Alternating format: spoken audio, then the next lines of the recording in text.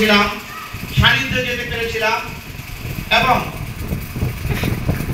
গত বছর এই ক্রিকেট টুর্নামেন্টের উদ্বোধক হিসেবে আমি শাহজাহান খান সাহেবের সাথে এখানে খেলা উদ্বোধন করার সৌভাগ্য আমার হয়েছিল।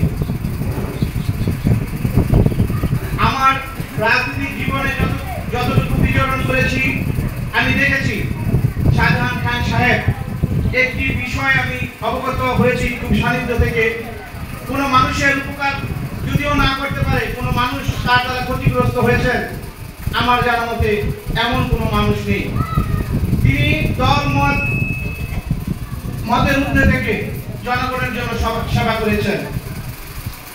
এই লৌহজং উপজেলায় এবং মুন্সিগঞ্জ জেলায় আমি দেখেছি জননেতা মিজানুর রহমান সিনহা সাহেবের পরে যদি একটি নাম আসতো, একটি উন্নয়নের উপকার আসতো, তার নাম আমি মনে করি জননেতা মরহুম শাহজাহান খান সাহেবের নাম আসতো।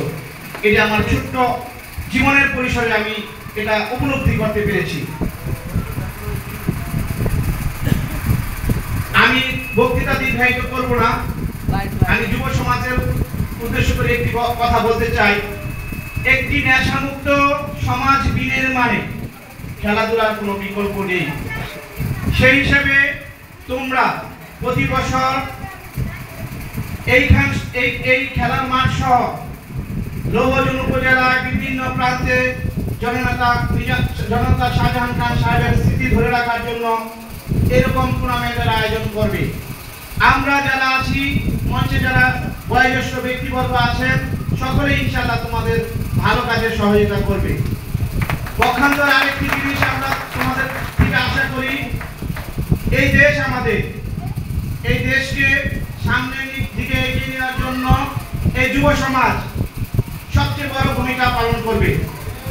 আজকে যে মন খুলে মঞ্চে দাঁড়িয়ে বা বসে আমরা কথা বলতে পেরেছি, দীর্ঘ 17টি বছর মঞ্চ তো দূরের কথা,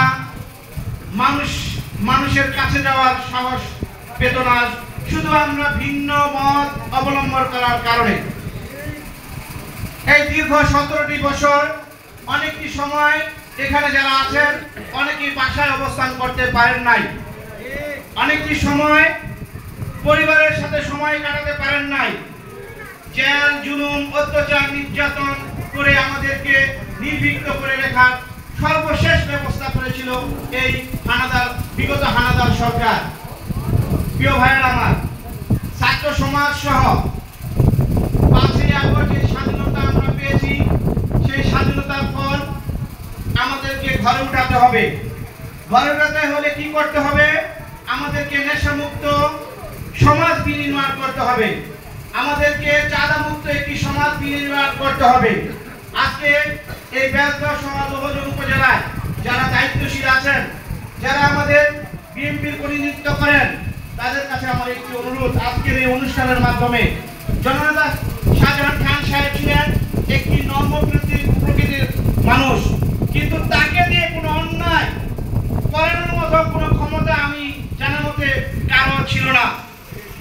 তেমনি ভাবে আপনারা আজকে যারা নেতৃত্ব দিবেন, তাদের কাছে আমার একটি আহ্বান, আমরা যেন নিজেদের নামকে টেন্ডারবাজির মধ্যে না জড়ায় রাখি, আমরা যেন নিজেদের নামকে চাঁদাবাজির মধ্যে জড়ায় না রাখি, আমরা যেন নিজেদের নাম যে বিগত সরকারে যে সব অপকর্ম করেছেন সেই সমস্ত অপকর্ম থেকে যেন আমাদের নামকে দূরে রাখি, এই আশা ব্যক্ত রেখে এবং লৌহজং উপজেলা বিএনপি আরো শক্তিশালী হোক এই আশা ব্যক্ত রেখে জনাব শাহজাহান খান সাহেবের